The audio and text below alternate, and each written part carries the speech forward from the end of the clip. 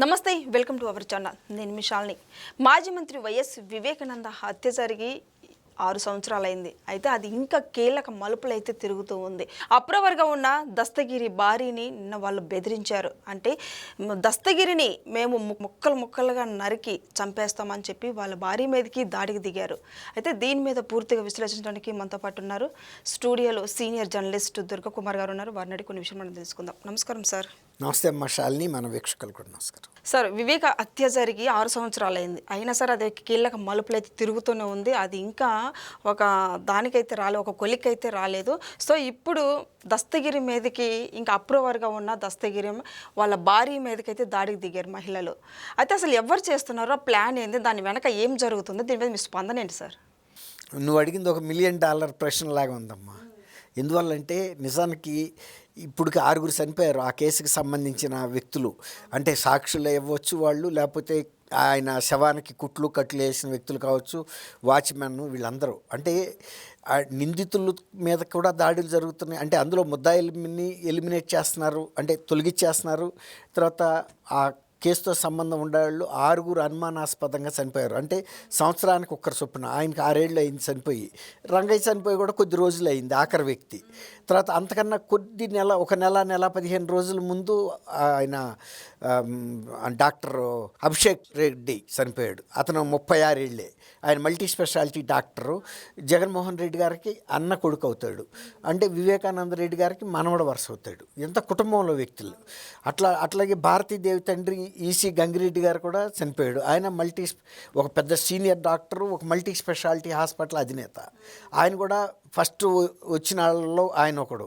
అంటే ఆ క్రైమ్ సీన్ని మొట్టమొదటిగా చూసిన వాళ్ళలో 2-3 ఆయన కూడా ఒకడు. ఆయన చనిపోయాడు. ఇవన్నీ అనుమానాస్పద మృతులుగానే ఉన్నాయి. అయితే దస్తగిరికి కూడా అదనపు సెక్యూరిటీ ఇచ్చి కూడా 2 రోజులు అయింది. ఎస్పీ గారు ప్రకటన చేశాడు, దస్తగిరికి ప్రాణాపాయం ఉందని, ప్రాణహాని ఉందని మాకు వినతిపత్రం ఇచ్చాడు. ఇప్పుడు 2+2 సెక్యూరిటీ ఇచ్చామని చెప్పాడు. అంతకుముందు 1+1 ఉంది.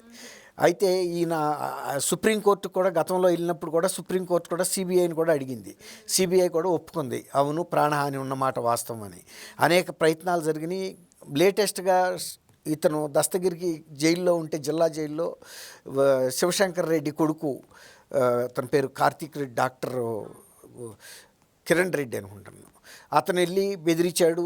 తర్వాత ప్రలోభ పెట్టాడు, నీకు 10 కోట్లు ఇస్తాము, నువ్వు సరెండర్ అయిపోమని. అంటే అప్రూవర్గా ఉండొద్దు, నువ్వు వ్యతిరేకంగా సాక్ష్యం చెప్పమని. అంటే నాకేం తెలీదు అన్నట్టుగా. కాబట్టి తర్వాత ఇప్పుడు అతనికి సెక్యూరిటీ పెంచిన ఈ టైంలోనే ఆయన భార్య దస్తగిరి ఎవరైతే అప్రూవర్గా ఉన్నాడో, ఆ అప్రూవర్గా ఉన్న షాబాను భార్య, అతని భార్య తొండూరు మండలం మల్లెలు అనే ఊరు వెళ్ళింది.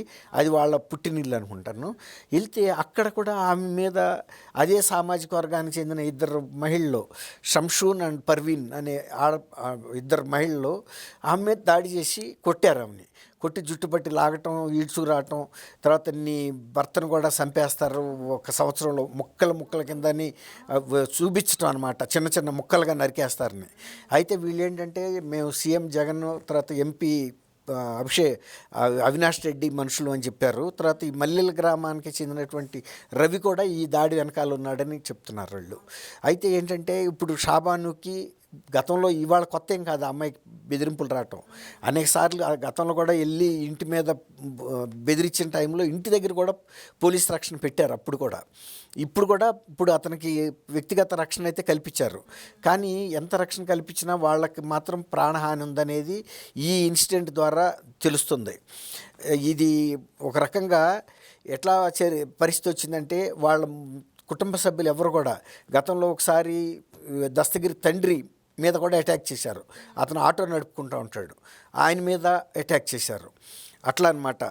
ఇప్పుడు వీళ్ళు వచ్చి ఇంకొక వార్నింగ్ ఏమిస్తున్నారంటే, ఏడాది లోపల ముందు నీ భర్తను చంపేస్తాము, ఆ తర్వాత నిన్ను కూడా చంపుతామని చెప్పేసి షాబానుని కూడా బెదిరిస్తున్నారు. షాబానుకి ఇప్పుడు పరిస్థితి, వాళ్ళు ఎక్కడికి వెళ్ళలేని పరిస్థితి. ఇంట్లో నుంచి వెళ్ళాలంటే కూడా ఇప్పుడు వీళ్ళంటే ప్రతి వాళ్ళకి, ఇప్పుడు ఈయనున్నాడు అవినాషు, వీళ్ళందరికీ ప్రభుత్వ సెక్యూరిటీ ఉంది.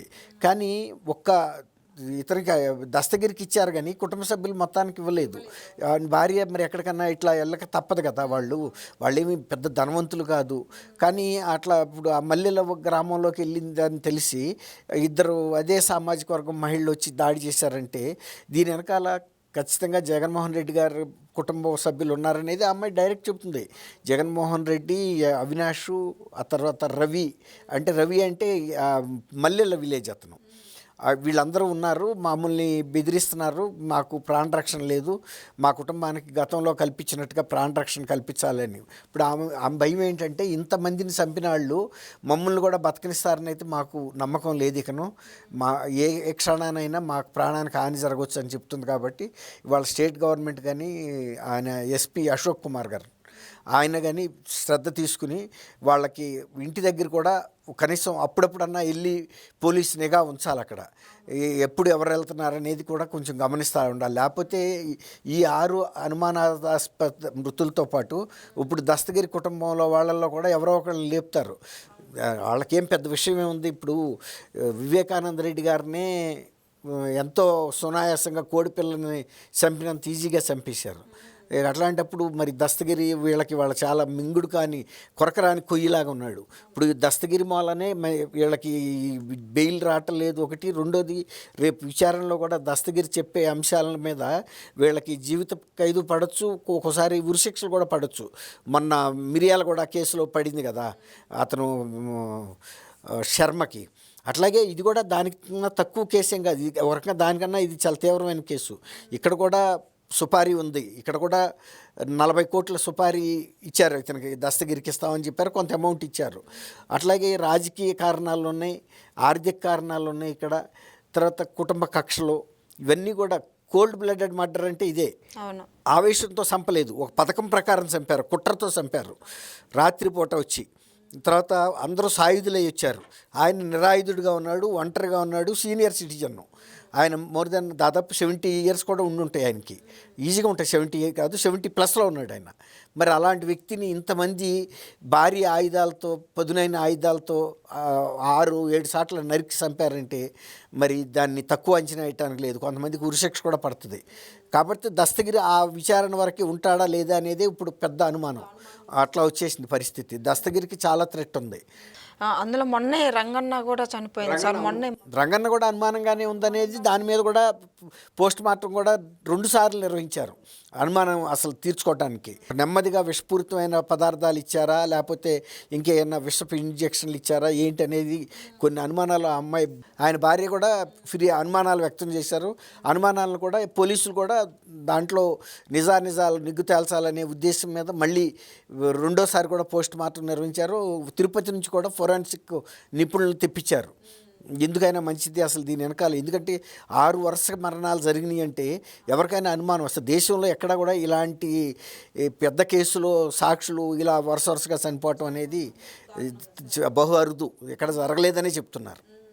అలాగే మొన్న సునీతారెడ్డి కూడా సార్ పోరాటం చేస్తుంది. మా నాన్నకి హత్య జరిగిన తర్వాత న్యాయం జరగాలి, ఎవరు చేస్తారు అనేది ఆమె పోరాటం సాగిస్తుంది. ఆమెకు కూడా ఒక అనుమానం వచ్చింది ఏంటంటే ఇంతమంది చనిపోతుంటే ముద్దాయిలు కూడా మిగలరు, ముద్దాయిలు కూడా వీళ్ళు ఒక పథకం ప్రకారం చంపేసిన తర్వాత సిబిఐ కూడా సిబిఐ కోర్టు ఎవరి మీద విచారిస్తుంది? అప్పుడు చెబుతుంది ఇందులో ఉన్న ముద్దాయిలు అందరూ హత్యకు గురి అయ్యారు, అనుమానాస్పదంగా చనిపోయారు, సాక్షులు కూడా చనిపోయారు. కాబట్టి ఈ కేసును విచారించడంలో ఏమీ ఫలితం లేదు కాబట్టి మూసేసామని అంటారనే బాధ వాళ్ళకి అనుమానం వచ్చింది.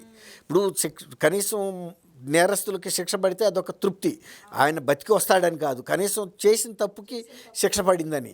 ఇప్పుడు మొన్న కూడా అమృత ఏమంది మిర్యాలగూడ కేసులో వాళ్ళ తండ్రి సూసైడ్ చేసుకున్నాడు. ఆయనకు కూడా కనుక జీవిత ఖైదు పడి ఉంటే ఉరిశిక్ష నేను సంతోషించేదాన్ని, కానీ ఆయన శిక్ష నుంచి తప్పించుకునేందుకు ఆత్మహత్య చేసుకున్నాడని చెప్పాడు. అట్లా ఎవరికైనా బాధితుల కుటుంబాల్లో ఆ బాధ ఉంటుందమ్మా. ఇప్పుడు ఆమె ఏం చెబుతుంది, నేను నా తల్లి బాధపడుతున్నాం కానీ నేరం చేసిన వాళ్ళు బ్రహ్మాండంగా తిరుగుతున్నారు, పదవులు అనుభవిస్తున్నారు అని చెప్పలేదా? అది అట్లా ఎవరికైనా బాధిత కుటుంబానికి అది కనీసం శిక్ష పడితే కనుక కొంతలో కొంత ఒక మానసిక సంతృప్తి బాగా తీరుతుంది మానసికంగా. Thank you sir. So thank you అమ్మా. మన వీక్షకులు కూడా నమస్కారం.